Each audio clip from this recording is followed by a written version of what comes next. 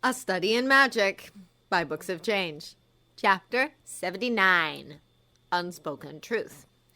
The address Dumbledore texted to John and Sherlock was close to Waterloo Station. Sherlock insisted on taking the cab until John pointed out they'd have to put Benedict in a car seat. Thus the three of them took the tube. Benedict giggled in delight whenever the train passed through a tunnel, which drew smiles from their fellow passengers. Sherlock, on the other hand, sulked through the entire trip. Albus Dumbledore and Shin Jun-Hoo were waiting for them in the latter's windowless office. Dumbledore presented a familiar sight in his paper-thin Muggle disguise. Mr. Shin, on the other hand, looked a bit altered. His normally white hair was black, and there were not as many wrinkles on his ancient face. Stead's face held an expression, namely a heavy scowl, which he directed at Benedict squirming inside his sling. "You brought your baby with you," he growled. "You're starting to sound like your son-in-law," Sherlock complained. "I wanted to show him my alma mater," said John as she patted Benedict's back. "Speaking of which, don't you teach at Queen's?"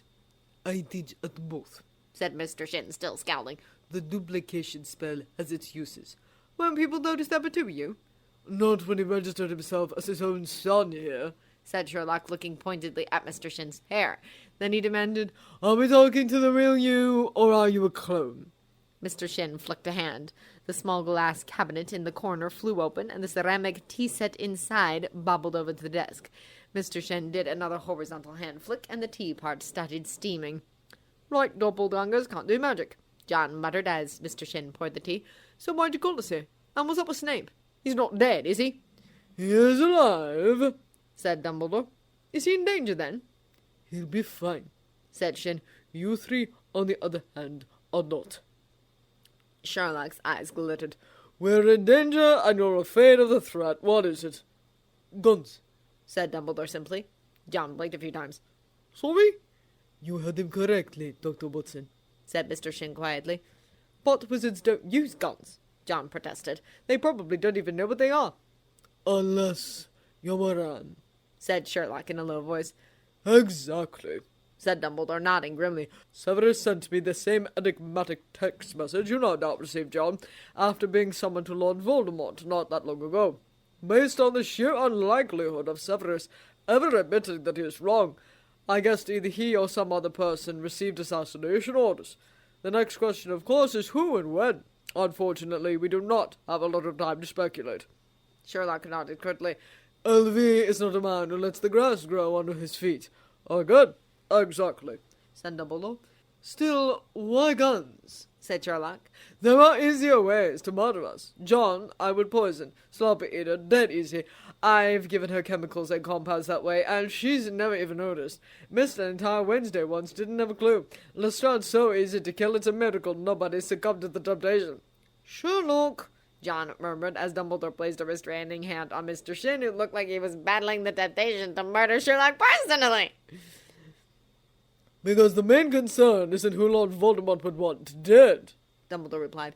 "It is the kind of effect he wants to achieve through the assassination."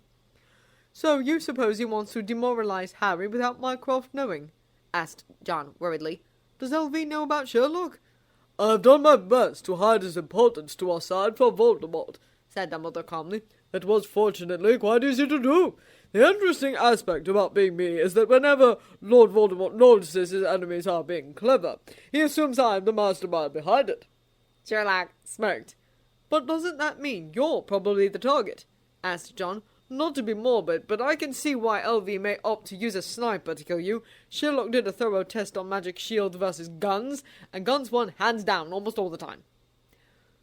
"Thank you for confirming my suspicions, Mr. Holmes," said Mr. Shin, as he sent a glare to Dumbledore. "I've told him guns have killed more wizards than spells ever did even in my day, and their killing power has only increased since then." "You actually murdered me with your ability to obtain the necessary firearms to conduct these experiments in the UK," said Dumbledore. "I assume Sirius volunteered to help." "Yeah," said John. "Remus helped too." "Dear me, he's turning into quite the risk-taker since he received the cure," Dumbledore remarked. "I guess," said John. "But going back on topic, aren't you taking an unnecessary risk coming here?" "I argue that I'm mitigating the risk," said Dumbledore. "It is not a set thing that I'm the target. Voldemort can just as easily select you two. All things considered, your deaths would have an even more profound effect on Harry. What about Hogwarts? Sherlock asked. Just as easily I can argue Harry is a possible target. Who is going to take care of him while you're here? The duplication spell, said Dumbledore calmly. Not to be boastful, but my mere presence is often quite a good deterrent, doubly so when Jun-Hoo is there also. But if LV were to infiltrate Hogwarts, it is a possibility, Dumbledore agreed. Thankfully, the final task of the Travis tournament takes place tonight, and the Ministry is more determined than ever to ensure the security in Hogwarts is impeccable. Jacqueline has shut down every mobile phone connection that is present in Hogwarts, and I have placed a few finishing touches myself. Lestrade is there as a visitor? John asked. He is, said Mr. Shin. I am there also seemingly with the rest of my family, and the Weasleys as my guest. John let out a long sigh. Sherlock, on the other hand, frowned. The threat against you still remains, he pointed out. So it is, said Dumbledore calmly. And so be it. I am quite willing to take the risk as well as the cost. If the choice must be between me and you two, I would much rather it be me, because at this point, the wizarding world needs Sherlock Holmes and Dr. Watson more than Albus Dumbledore. John stared at Dumbledore, shocked. Shin shifted his glance downwards and looked as though he aged a decade. Sherlock remained expressionless. Why do you say that? John whispered.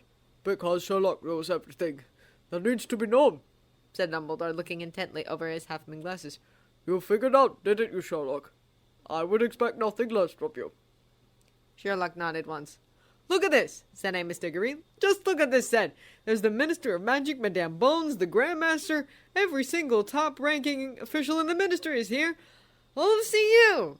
Cedric grimaced and didn't reply as Mr. Diggory stared avidly at the stands peeking over the edge of the 12-foot high edge that ran all the way around the edge of the Quidditch field.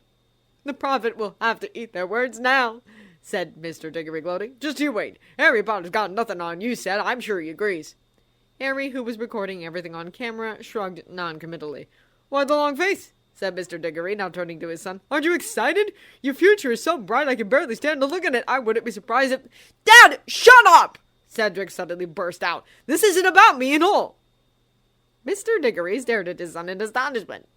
So did Harry. There was an awkward pause. Nerves, said Mr. Diggory at length, smiling once more. Must be the nerves. Don't worry, Cedric. You'll do fine. You're already in the lead, aren't you? Cedric let out a frustrated sigh as Mr. Diggory patted him on his shoulder. He said nothing as his father gave him one more encouraging word before he headed over to the Quidditch stands. A heavy silence fell between the two remaining Hogwarts students. You think he's back, don't you? Said Cedric abruptly. You know who? Harry stared at him for a moment, feeling equal parts astonished and wary. He was so used to people trying to argue against the validity of the LV Resurrection film, he assumed no one believed in the possibility. Cedric's question, therefore, was completely out of the blue to Harry, and he wasn't sure why he was asking. In the end, Harry nodded. Cedric let out a shaky breath. You're probably right, he muttered. You have a knack of noticing things, Harry. Stuff most people just ignore. I try, Harry murmured, as he still wondered why Cedric was bringing this up now of all times. There was another heavy silence. What's the point in this? Said Cedric, waving a hand at the maze's entrance, looking as though he couldn't digest the absurdity of the current situation. Why aren't we playing around with games when you know who is back? Harry didn't reply, but looked down. He felt inexplicably guilty. Do you have a plan? Cedric asked. I can't imagine you not having one. Harry stuttered. I want to help, said Cedric, looking determined. I've still got a year left of school. Dumbledore will probably make you prefect.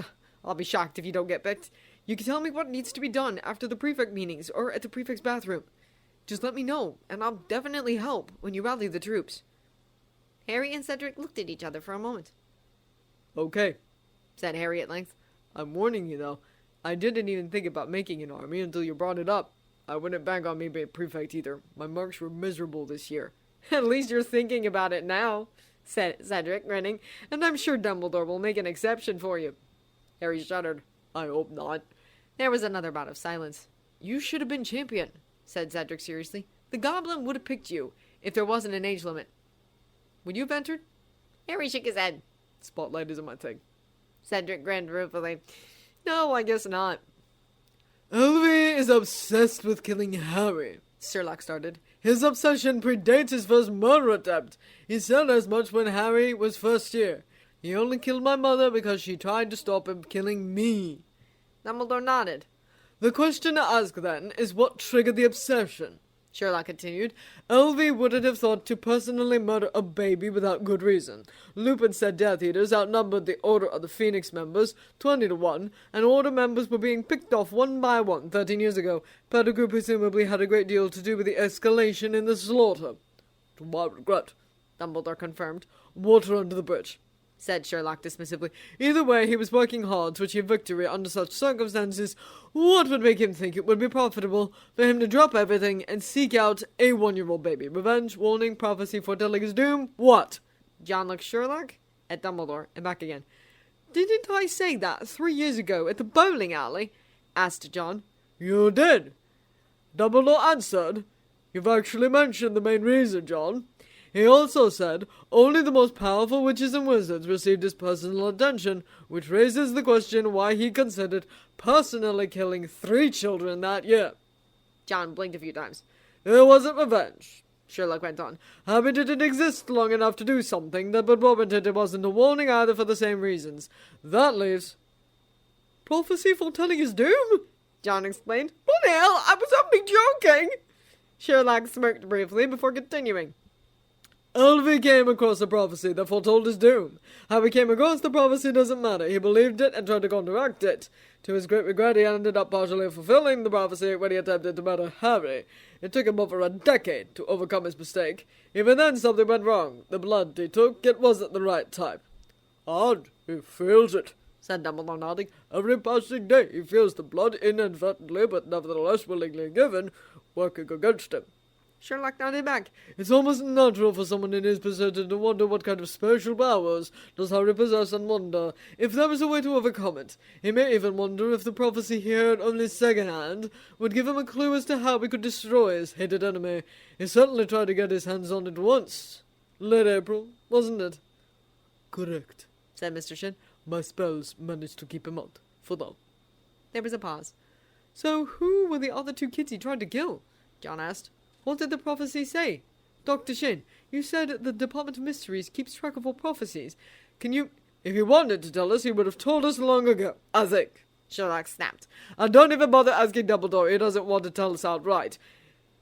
Anyway, it's not that hard to figure out. Prophecies always involve individuals and have a date component that limits the margin of error to a very small window. The last prophecy we heard certainly filled all the criteria. I'm surprised you still remember that, said Mr. Shin dryly. The date component is the key, said Sherlock, ignoring Shin. Elvie murdered Lestrade's wife on October 25th. He then murdered Lily and James Potter on October 31st.